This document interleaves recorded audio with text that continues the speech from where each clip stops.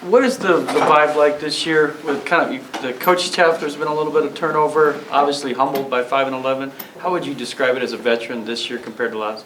I like the vibe, Everyone, it's a sense of urgency, Everyone has something to prove.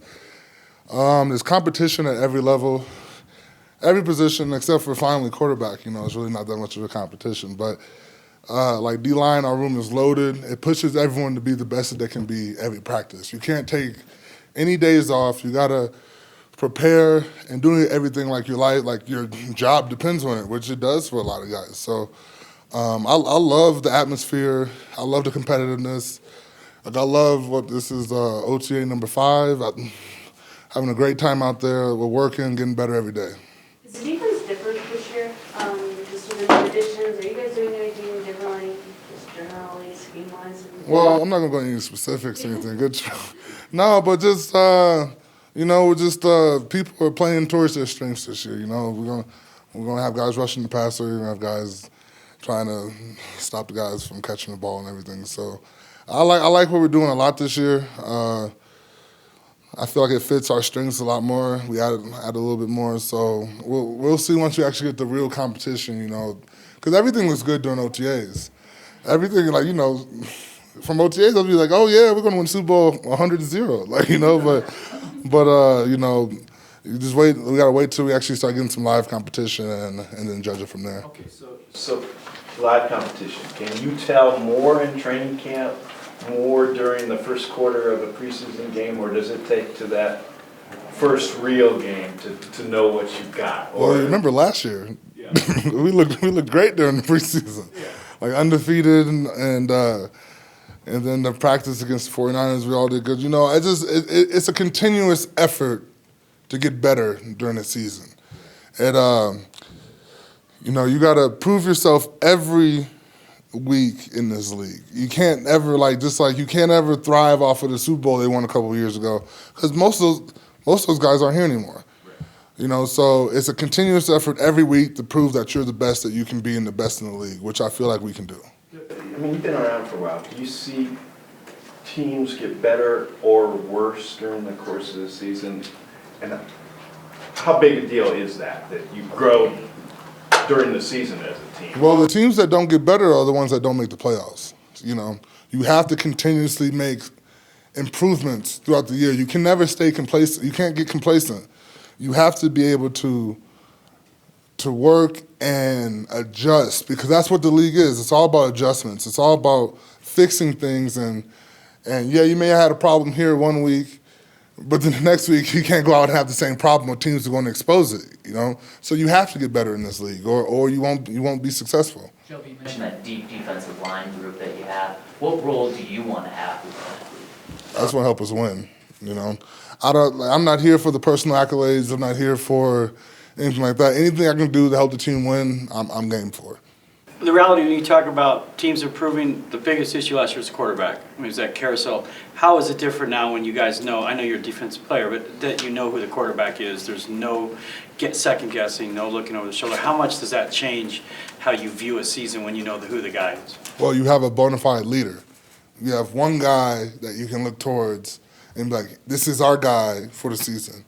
And don't get me wrong, I think Trevor was a great quarterback. I thought he did great things last year. And I think Paxton's a good quarterback. But just when you have a QB battle, it's like who takes the reins, who's the one who steps up and is the leader.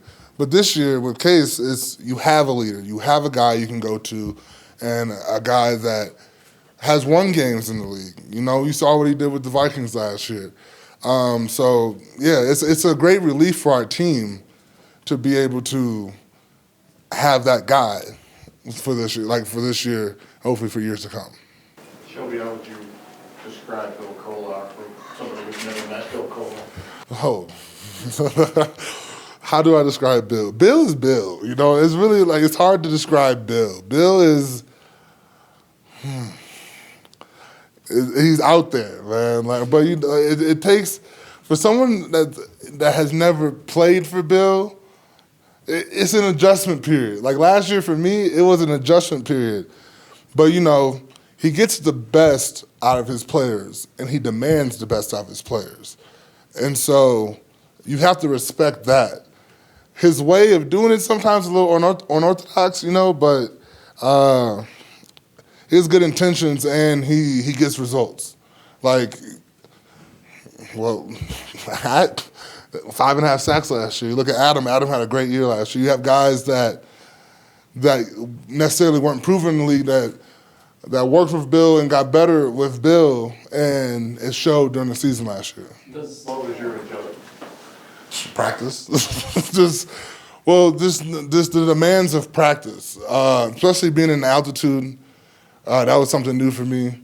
But In terms of him, what was your adjustment with him? just listen, but don't take things too critical. That's the biggest thing. Don't take things too critical, but try to listen to the deeper meaning of what he's trying to say. Does anybody ever yell back? Oh no. No, man. I'm telling.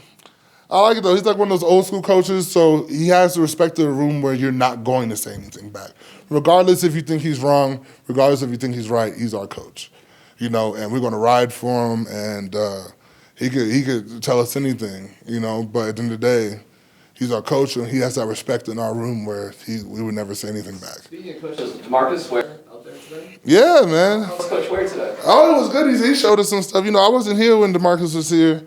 But you know, he showed us some stuff. He came in, he worked with some of the inside guys a little bit, and the outside guys a little bit. He showed us a couple little moves. You know, I'm gonna try out tomorrow, and when the Pats come on. But hopefully we get to see more of him. Hopefully he gets to come in and help us with our pass rushing a little bit more. You know, but I loved it. I thought he had some great insight on some things today. Different when it's coming from a player like that that's been in the arena? Like, is it triggered, like, guys listen maybe differently? Like, hey, this guy, I mean, he's probably going to be a Hall of Famer. Is it different when it comes from him? Hey, don't forget, Bill Collar was a first-round draft pick. don't forget, he wrestled a bear, too, you know. No, but when he says something, you listen. Like, when DeMarcus says something, you listen. And because you know he's one of the all-time greats when it comes to getting to the quarterback. So, he has a lot of good insight, and you want to pick his brain. You want to sit there and see what he thinks and how the way he thinks when it comes to rushing the passer. And so, yeah, like when he comes in and he says something, you want to listen. Like you should have seen it. Like, he was talking to us, and all the D linemen were like circled him and circle around him and just listen to what he has to say. Because how often do you get a first ballot Hall of Famer to come in and talk to you and try to teach you about pass rushing? You know, so you got to take it.